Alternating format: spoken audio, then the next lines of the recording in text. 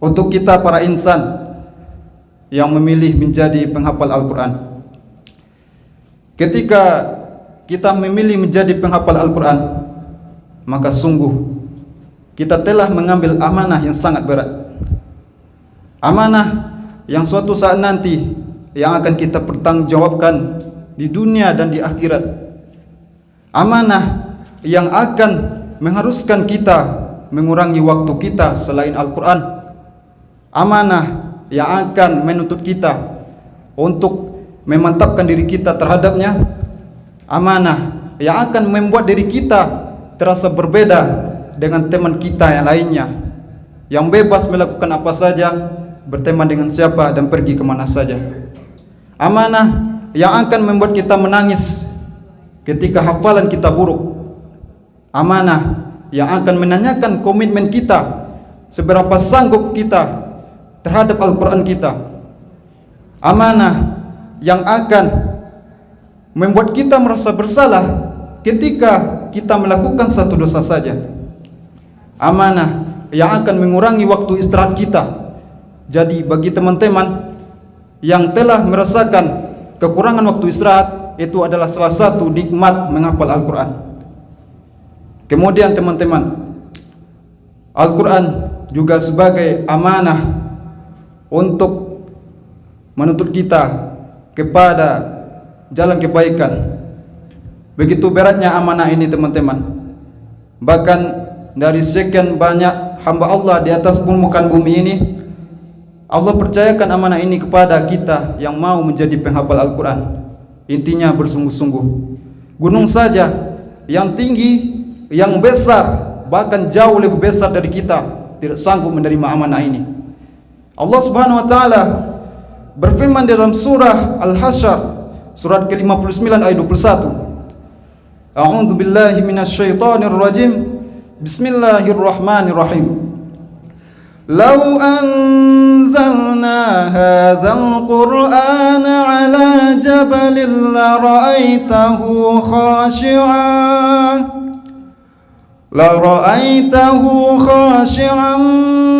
mutasaddian min khasyatillah.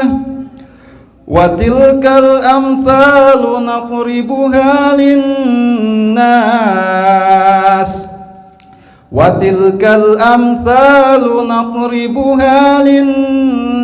la'allahum yatafakkarun. Shadaqallahul azim.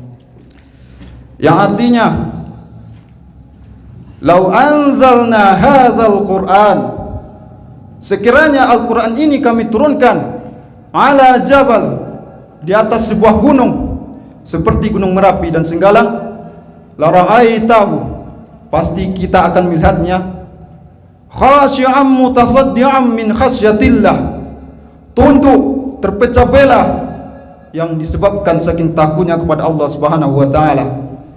Wa tilkal amthal, perumpamaan itu kami buat natribuha linnas, untuk manusia, la'allakum tatafakkarun, agar mereka berfikir.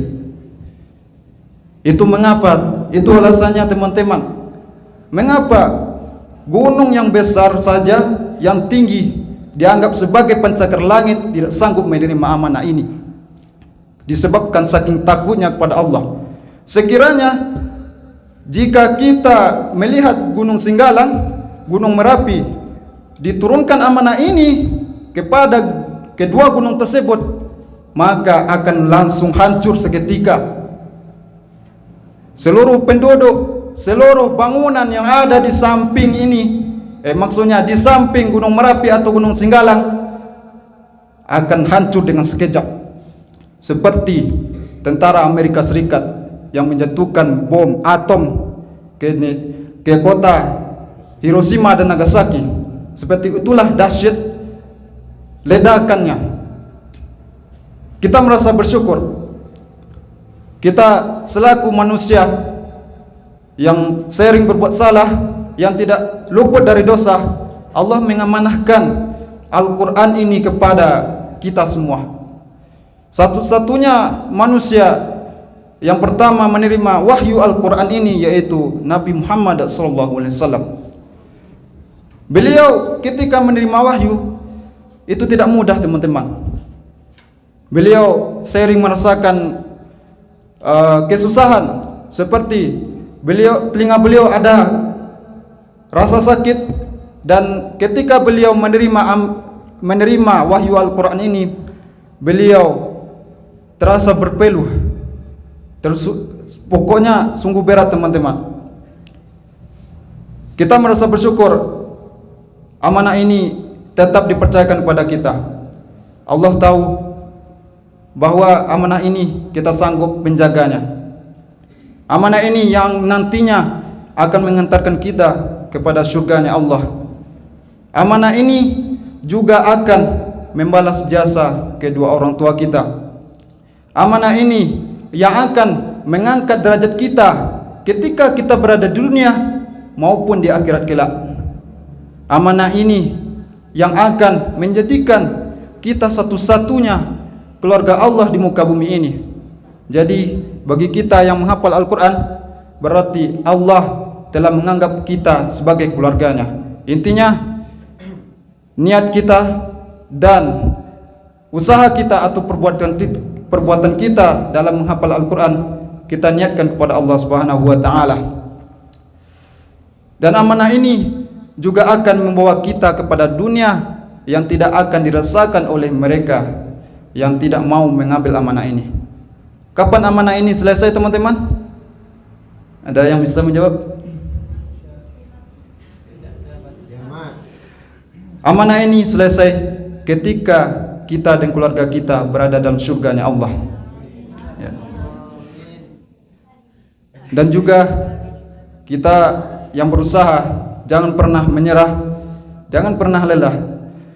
Kadang memetik bunga mawar saja, kadang kita harus terluka dan sakit. Apalagi mendapatkan kebahagiaan surga yang penuh indah dan penuh mewah. Pasti butuh perjuangan yang tak mudah. Mungkin itulah yang dapat saya sampaikan, teman-teman. Jika ada kata-kata saya yang salah, yang kurang terucap pada tempatnya, saya secara pribadi mohon maaf. Harapan kedepannya, teman-teman, marilah kita selalu istiqomah terhadap hafalan kita.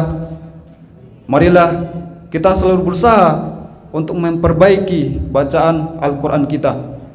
Dan bagi teman-teman yang susah sekali pada saat ini membaca Al-Quran, tetaplah berusaha. InsyaAllah Allah akan memberikan kemudahan yang tak terduga kepada kita.